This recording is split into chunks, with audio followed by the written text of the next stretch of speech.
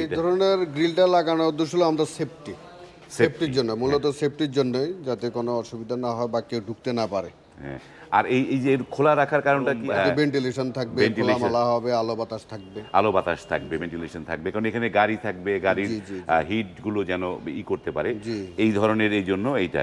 তো এইখানটায়ও still take মালামাল দিয়ে করেছেন। জি, জি। আমরা এই বিল্ডিং এ যতগুলো কাজ করেছি, তাছাড়া আমাদের হ্যাঁ। সিঁড়ি রেলিং এর কাজ মোটামুটি হচ্ছে গিয়ে আমরা কাজ শুরু করব। হ্যাঁ। সবগুলোই হচ্ছে গিয়ে, যেহেতু আসলকার এখানকার তারা সবসময় কোয়ালিটি সম্পূর্ণ মালামাল হচ্ছে সবসময় হচ্ছে তারা ইয়া করে।